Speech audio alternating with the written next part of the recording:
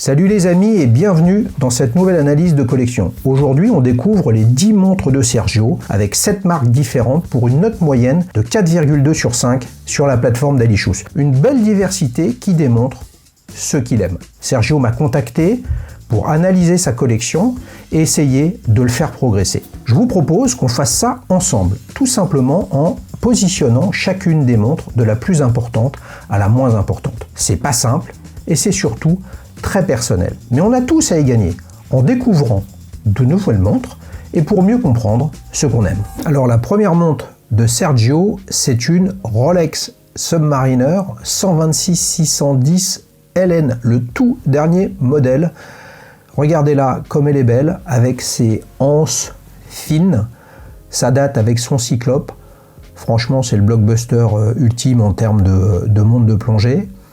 Ce qui est intéressant, c'est que Sergio, en fait, t'allais acheter une IWC ingénieur, était passé devant la des Rolex à Lyon, manifestement, et depuis d'ailleurs, ou en tout cas à l'époque, il y a une boutique IWC qui a ouvert à Lyon, et avec grand plaisir, j'irai la visiter. Qu'est-ce que tu nous mets 4 sur 5 sur cette Rolex. Bah, j'ai envie de te dire, manifestement, avec cette montre, tu as touché le Graal de la plongeuse, celle que tout le monde veut. Dans les plus et les moins, qu'est-ce que tu mets? Bah, l'acquisition d'un mythe horloger, et tu as entièrement raison là-dessus, et puis le sentiment d'avoir cédé à la hype du mainstream. Ouais, mais ça, est-ce qu'on cède pas tous à ce sujet-là? On va découvrir ça dans ta collection. Et tu le décris bien, une montre à toute épreuve, un design légendaire, qui est singulier, qui a été copié, recopié, inspiré, etc. Finalement, toutes les montres, toutes les marques qui font des montres de plongée essayent de se positionner par rapport à cette Submariner, franchement, qui est plus fine, qui est revenue à quelque chose de plus en ligne avec les générations précédentes. D'un autre côté, toutes les marques et toutes les montres, notamment chez Rolex, se bonifient avec le temps et deviennent vintage. Donc peut-être que la précédente, la 116-610, va de nouveau être appréciée. En termes de notes, tu es très dur avec le rapport qualité-prix. Ça me surprend pas moi, parce que sur la plateforme, clairement, vous êtes très très nombreux à vous dire c'est fantastique Rolex, mais c'est quand même cher. Écoutez, chacun voit midi à sa porte. Vous connaissez mon point de vue sur le rapport qualité-prix. La qualité, chacun la voit. On le voit bien dans ton avis, tu es super satisfait sur le mouvement 32-35, les 70 heures de réserve de marche, etc., etc. Et là, on a ces 5 belles photos. Comment la positionner, cette Rolex Submariner? Moi, j'aime bien être taquin, etc. Je vais la mettre à 4 sur 5. Et on verra un petit peu comment ça va se présenter par rapport à tes autres montres. Deuxième montre, les amis, de Sergio. Bing! Une Cartier Santos. Ouh, mais attends, cadran vert. Ça, c'est original. Et tu as le bracelet acier, comme on peut le voir sur les photos, et le bracelet croco vert. Alors attends, le cadran est vert? Non, il est noir. Ok, waouh, ça c'est très classieux. C'est vraiment intéressant. Est-ce qu'il est vert ou il est noir? On va aller voir. Non, je pense qu'il est vert en fait. Ouais, il est vert. Sacré choix. Mais tiens, dis donc, tu voulais en fait une Oyster perpétuelle cadran vert mat et tu as décidé d'aller sur cette Cartier. Moi, j'ai envie de dire, est-ce que tu es complètement au clair sur ce que tu veux? En tout cas, on a 2 marques iconiques et 2 modèles iconiques de l'horlogerie parmi les plus désirés. Et ça, c'est intéressant, avec une petite touche de risque que tu es allé chercher sur la couleur. Tu es toujours conscient, semble-t-il, que tout ça, ça coûte très très cher. Mais en tout cas, c'est pour moi, qui ne suis pas un grand fan. Comme vous le savez, ceux qui ne le savent pas, vous le découvrirez, et si vous le découvrez, c'est que vous n'êtes pas abonné à la chaîne, donc c'est le moment de le faire. Je ne suis pas un grand fan des chiffres romains, mais celle-là chez Cartier, c'est ma préférée, bien devant la Tank, avec son format rectangulaire trop classique. Là, on est presque sur une montre à bracelet intégré, même si c'est pas le cas, puisqu'on le voit très clairement ici, vous avez les 2 anses qui se positionnent, c'est comme ça qu'on les ressent, mais en termes de style, on y est, et ça, c'est un produit qui me plaît. Donc là, où est-ce que je mets la Cartier Santos? Je vais la mettre au-dessus de la Submariner. Bien évidemment, les amis, vous avez le droit de ne pas être d'accord avec cette approche. Qu'est-ce qu'on a maintenant? On a, oui, une speed vintage, manifestement. On peut le voir ici tout de suite avec les index un peu patinés, qui sont plus jaunes que les aiguilles blanches. Bah oui, il y a de la matière luminescente qui jaunit avec le temps, alors que le blanc de la peinture, bah, c'est pas la même réaction chimique. Et puis bah, moi j'ai l'œil très vite pour regarder s'il y a des petits T du tritium. Donc on doit être sur une montre qui est antérieure à l'année 2000, c'est ça, 1994, 25e anniversaire, une série limitée quand même, hein, pour la mission Apollo 11. Ça, c'est quelque chose d'intéressant. Tu aurais pu aller sur une speed classique 145-022. Il y en avait encore à cette époque, ou 0022, je me souviens plus. Tu as l'air super satisfait de la dérive du mouvement avec moins 1 seconde à 2 secondes. Ça, c'est vraiment cool. Qu'est-ce que tu nous racontes si, comme moi, une montre se place au-delà d'un objectif fonctionnel et qu'elle est un marqueur de réussite, se situe par-delà le seuil de l'investissement? Alors foncez sur le vintage. Ça, c'est intéressant parce que les deux premières montres qu'on a vues dans ta collection, justement, sont vraiment des modèles récents. Petit bémol sur la speed, 3 atmosphères. Est-ce que c'est pas 5? J'ai un doute. Mais en tout cas, c'est clair que ça a été... c'est une des caractéristiques, il y a quasiment moyen d'en rigoler.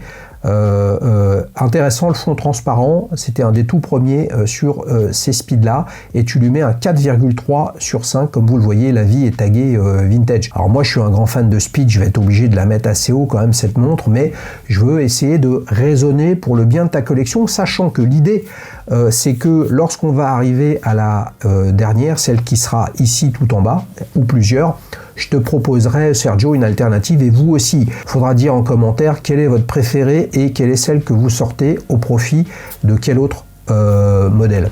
Si tu veux agrandir ta collection, j'ai un super deal pour toi avec le premier meet-up d'Alichus spécial vente privée qui aura lieu le jeudi 8 janvier 2026 à Paris. On organise ça avec la bijouterie Clouzot qui va venir avec des super deals. Donc si tu veux faire de bonnes affaires et en même temps passer un super moment avec la communauté d'Alichus, ne tarde pas à réserver ta place avec le lien en description ou avec le QR code qui s'affiche.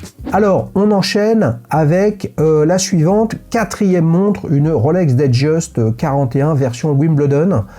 Wimbledon parce qu'il y a les index en chiffres romains qui sont de couleur verte, revendiqué dans le cadre d'un partenariat de long terme avec le tournoi de tennis londonien de Wimbledon. Merci pour toutes ces photos. Vous voyez qu'il y en a 11. Et oui, pour déposer un avis, c'est 5 photos minimum, puis après vous pouvez en rajouter autant que vous voulez. Regardez comme c'est intéressant. Il y a peut-être un sujet de colorimétrie au moment de la photo, mais on a un cadran, je crois qu'il est au rhodium, mais je peux me tromper, qui effectivement a des reflets de couleurs différentes. Tu as l'air in love avec cette montre, hein, parce que tu as le calibre Rolex 32-35, 70 heures de réserve de marche, une étanchéité qui est intéressante, couronne vissée, le superlatif Rolex sur la précision du mouvement, la rallonge de confort EasyLink. Est-ce que tu places le confort? Et oui, 5 étoiles. Donc en fait, c'est une montre qui coche toutes les cases.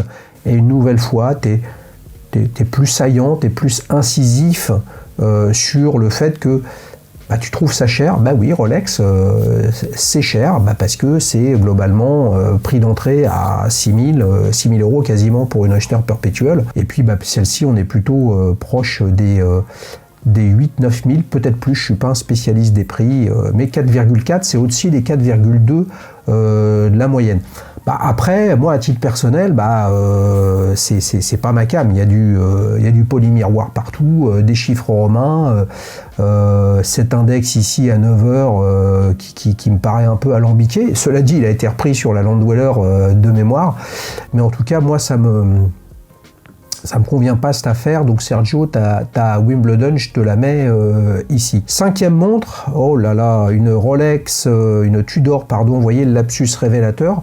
Sergio, tu es toujours dans le même système, là, on est sur des modèles iconiques, c'est cool, c'est une façon comme une autre de se faire une collection, de se dire je vais cocher toutes les cases des modèles les plus importants. Là, on est quand même un petit chouïa en dessous, mais on est quand même très très proche d'une Rolex Submariner classique, c'est-à-dire sans date, hein, et non pas une Rolex Submariner no date, ça n'existe pas. Rolex Submariner, là, tu n'as pas de protège-couronne, tu es étanche qu'à 200 mètres, elle est rouge, elle a du peps, elle est sympa, elle est en 41 mm, donc ça signifie aussi que tu aimes la speed étant 42, que tu aimes les montres avec des tailles un petit peu imposantes. Et le titre de ton avis, c'est l'élève qui a dépassé le maître. Est-ce que c'est l'objectif de Tudor? Je crois que Tudor, de toute façon, avec cette Black Bay, c'est absolument un carton depuis ses débuts, depuis qu'ils l'ont lancé, celle avec le sourire, la 58, puis la 54. Maintenant, il y a les nouvelles Black Bay intégralement rouges, un petit peu moins épaisses, qui sont sorties depuis Watches and Wonders 2025, abouties, confortables, audacieuses. Audacieuse, t'exagères un petit peu. Je vois pas beaucoup d'audace là-dedans, je vois par contre quelque chose de réussi. Est-ce que t'aimes pas aussi la couleur dans les montres? Ça c'est quelque chose de sympa parce que t'as ta Cartier verte et là celle-ci est rouge. Certification METAS, positionnement tarifaire 5 étoiles. Vous le verrez si vous comparez les notes Rolex Tudor sur la plateforme, vous verrez que le gros challenge, en tout cas la perception des clients de Rolex sur Rolex, c'est que le rapport qualité-prix est quand même pas très bon. Moi je vais mettre ça au mieux ici à 3 étoiles, c'est-à-dire ni bien, ni pas bien, ni fantastique, ni quoi que ce soit.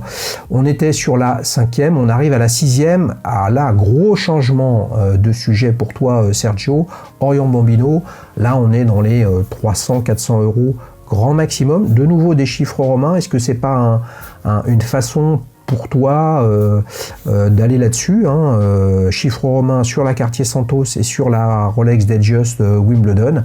Là, on est sur un produit beaucoup plus classique, habillé, discret. Est-ce que c'est pas ce que tu cherchais? Alors évidemment, avec une fiabilité ici à plus 15, moins 15, effectivement, ça n'a rien à voir. C'est pas le même prix, c'est pas les mêmes finitions. Vous regardez le mouvement, il a une petite masse oscillante qui est sympa, mais sinon, question décoration, c'est pas la même chose. Puis, on est made in Thaïlande. Je veux dire, là, c'est quelque chose de complètement différent en termes de produits. Mais je crois qu'il faut avoir ça dans une collection. On peut pas toujours se balader avec des blockbusters. Il faut aussi avoir des montres plus simples qu'on peut porter à chaque instant sans se poser de questions. Moi, je trouve qu'elle est intéressante dans ta collection, même si elle est complètement décalée. Jusqu'à présent, tu as des blockbusters. Celle-ci en fait pas partie. Par contre, ceux qui aiment Orient, les amis, et qui sont à Paris le 8 janvier, c'est le moment de vous rappeler qu'il y a le premier meet-up de l'année 2026, c'est une soirée spéciale vente privée organisée avec Clouseau, le lien est en description. Vous pouvez vous inscrire, en vous inscrivant, vous pouvez dire quelles sont les marques distribuées par Clouseau qui vous intéressent, et il y a Orient. Il y a sûrement des moyens de faire des super deals. Où est-ce que je la mets, cette Orient ici? Je vais la mettre, moi je suis désolé, c'est ici, c'est-à-dire que je suis ni favorable ni pas favorable, mais je pense qu'il faut avoir ce type de montre dans une collection, donc ça c'est une bonne chose. On arrive sur la suivante. Est-ce que ça va pas être celle-là ma préférée? La Rolex Air King, je pense que c'est une 116-900, et oui je la reconnais parce que Arnaud était passé durant la saison 1 de Petite Montre entre amis avec cette montre. Franchement elle est sympa. Depuis il y a la nouvelle version qui est sortie qui est peut-être encore un petit peu plus aboutie. Qu'est-ce que tu nous racontes dessus? Le vilain petit canard, oui, elle est trop de chien cette montre quand elle est sortie, c'était un partenariat avec la voiture fusée Bloodhound, dont les compteurs à l'intérieur étaient de ce type-là, et Rolex l'a mis dans cette montre. Franchement, moi j'aime bien. 3,9, pourquoi tu lui mets 3,9? Rapport qualité-prix pas terrible, émotion design, moi j'aurais mis 5 sur le design justement, c'est assez bizarre. Il est d'ailleurs à titre regrettable, modeste avis sur cette Rolex Air King. La rendre plus conforme au moule et ne laisse Rolex qui laisse peu de place à l'anticonformisme. Justement, celle-là, elle est anticonformiste. Sur le design, je pense qu'elle mérite un 5. Et moi, je vais la faire venir. Je vais la faire venir au même niveau que la Cartier Santos verte. On enchaîne avec la suivante. Qu'est-ce qu'on a ici? On a une Breitling Super Océan. Alors là, c'est moins ma cam, Sergio, je dois le dire. Ça a l'air d'être une montre qui est assez imposante. Qu'est-ce qu'on a? C'est un 46 mm, Cosc, ok, étanche à 200 mètres. Moi, je trouve que c'est quand même très très proche de ta Aquaracer. et tu voulais la remplacer, ok, 46 mm, Super Océan. Bah, c'est intéressant parce que Breitling, Sergio, ça fait partie des marques les plus connues, plutôt montres de sport. Ils sont très connus pour leur montre d'aviateur, la Navitimer, la Chronomat un petit peu plus civilisée, puis la Super Océan, c'est leur plongeuse. Bah là, j'ai envie de te dire, c'est quand même sacrément redondant avec la Submariner et avec la Tudor Black Bay. Moi, je suis pas un grand fan de Breitling.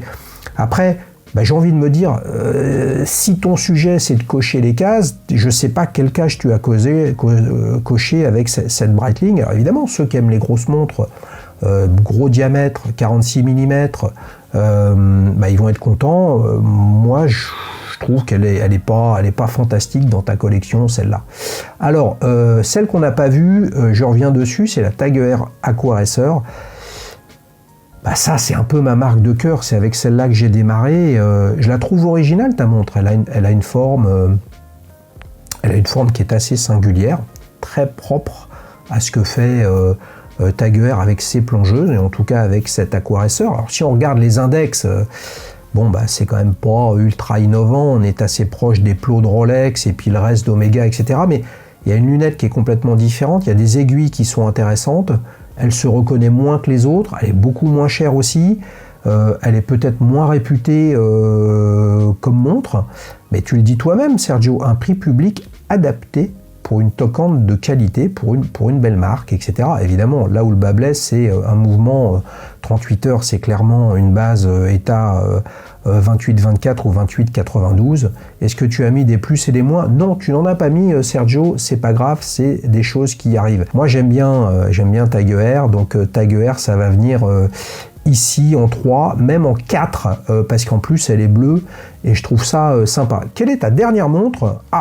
Là, on a... est-ce qu'on n'a pas le Sergio qui voulait une Daytona Panda, et une Daytona Panda, c'est plus de 15 000 balles en boutique, et il n'y en a pas. Et là, on est sur une Tudor Black Bay chrono, très désirable, elle est réussie, elle est équilibrée, etc. Bon, c'est un chrono, c'est le deuxième avec ta Speed. Bon, c'est un chrono avec des boutons poussoirs vissés. Autant te dire que si tu veux chronométrer quelque chose, tu vas jamais y arriver. Tu nous as pas mis plus de plus et de moins. Qu'est-ce que tu nous racontes dessus? En fait, tu l'aimes cette montre. Voilà. Après moult vidéos regardées avec Xavier, il est bon dans ses avis. L'ensemble demeure toutefois très bon. Petit bémol, fond de boîte plein et peu travaillé. Bah oui, mais on est dans l'équipe Rolex Tudor. Hein, il faut pas se leurrer. Le Mineva, pas très bruyant, guichet date, etc., etc. Je pense que tu as un chrono qui fait le job, mais moi j'ai envie de dire qu'il fait sans plus. Et en fait, est-ce que c'est pas une allocation de ressources financières à 5000, 5500? Peut-être que je me trompe, les amis, hein. Le prix, c'est quand même pas la priorité de le connaître, sauf si réellement vous y intéressez. Est-ce que ça, c'est réellement nécessaire? Ça te fait 10 montres. Là, tu as moyen potentiellement d'avoir des arbitrages et peut-être aller chercher, si c'est ta trajectoire d'aller sur des blockbusters, peut-être d'aller chercher entre 15 et 18 000, tu peux avoir une Daytona Zénith avec calibre El Primero dedans. Si tu te sépares de celle-ci et de la Super Océan, tu as la moitié du budget, hein, potentiellement. Donc là, cette Tudor-là, je vais la glisser ici. Toute ta collection, on peut la voir ici, hein, avec toutes les montres issues de la plateforme. Merci vraiment à toi, Sergio, d'avoir participé à ça. Alors, si on revient maintenant sur cette analyse complète de collection, qui j'ai mis avec 5 étoiles, la Cartier Santos et la Rolex Air King. Deux modèles très désirables qui sont différents, qui ont du chien, parce que c'est pas le cadran classique. Là, il est vert. Là, c'est un modèle bien particulier de chez Rolex. Moi, ce que je vous demande, en fait, c'est de faire la même chose de votre côté et de nous dire en commentaire quelle est celle que vous préférez et celle que vous verrez bien sortir de la collection en proposant une alternative. Moi, voilà ce que je vais faire. Je vais laisser la Rolex Air King 116-900 en tête. Pour moi, c'est celle qui est la plus singulière. Peut-être qu'elle ne représente pas complètement ta collection. Moi, j'ai le sentiment que finalement, si tu n'en gardais qu'une, ce serait la Submariner. Je peux me tromper. Et puis celle qui est la moins bien placée, celle qui me plaît le moins, qui me parle le moins, qui est assez redondante avec le reste, c'est ta Breitling Super Océan étant à 300 mètres. Et donc pour le coup, je suis allé regarder sur la plateforme d'Alichus qu'est-ce que je pouvais te proposer d'intéressant avec un choix qui était soit d'un côté de te dire Sergio, t'aimes les blockbusters, il te manque une montre mythique, et dans ce cas-là, ça aurait été la Tag Heuer Monaco. Mais j'ai préféré aller sur autre chose, aller te chercher une plongeuse étanche à 300 mètres d'une montre et d'une marque complètement inconnue, la Horizon Nautilus. Alors elle est sold out, ça coûte entre 900 et 1000 $, c'est extrêmement singulier. Regarde les index sur le cadran, les aiguilles, le cadran lui-même, la lunette, l'insert de bracelet, le Handlinks, avec des photos qui sont vraiment sympas. J'ai découvert ça grâce à Wind of Change, qui est un gros contributeur de la plateforme, comme toi, un fond de boîte inspiré de 20 milieux sous les mers de Jules Verne et du capitaine Nemo dans son sous-marin le Nautilus. C'est intéressant, ça montre qu'en fait il y a plein de façons de voir l'horlogerie différemment, et l'objectif de cette analyse de collection, c'est de t'aider à regarder, à continuer à regarder ta collection et ce que tu aimes avec une ligne directrice, et puis aussi de s'accorder du papillonnage où on regarde à droite à gauche, en fait pour affiner ce qu'on aime. Et moi je me suis dit, c'est intéressant de te proposer autre chose que quelque chose de très connu, avec des marques très connues et avec des modèles très connus. Voilà Sergio, on a fait le tour de ta collection. J'espère que ça t'a aidé à comprendre, savoir, imaginer où est-ce que tu veux aller avec tes montres. Merci encore pour ta participation. Je te souhaite, ainsi qu'à tous les abonnés, une belle fête de fin d'année. Les amis, si vous voulez participer, si vous voulez que je fasse une analyse de votre collection, c'est très simple. La première chose que vous avez à faire, c'est à au moins partager 5 avis sur vos montres sur la plateforme www.dalichus.com et de postuler avec le lien qui est en bas dans la description. Merci à tous. C'était une année 2025 fantastique et je vous dis à l'année prochaine. Ce programme vous est présenté par Dalichus, la première plateforme d'avis clients sur les montres. Des milliers de passionnés comme toi partagent leur avis sur leurs montres pour aider les autres à faire le bon choix. Rendez-vous sur www.dalichus.com pour raconter comment tu aimes ta montre.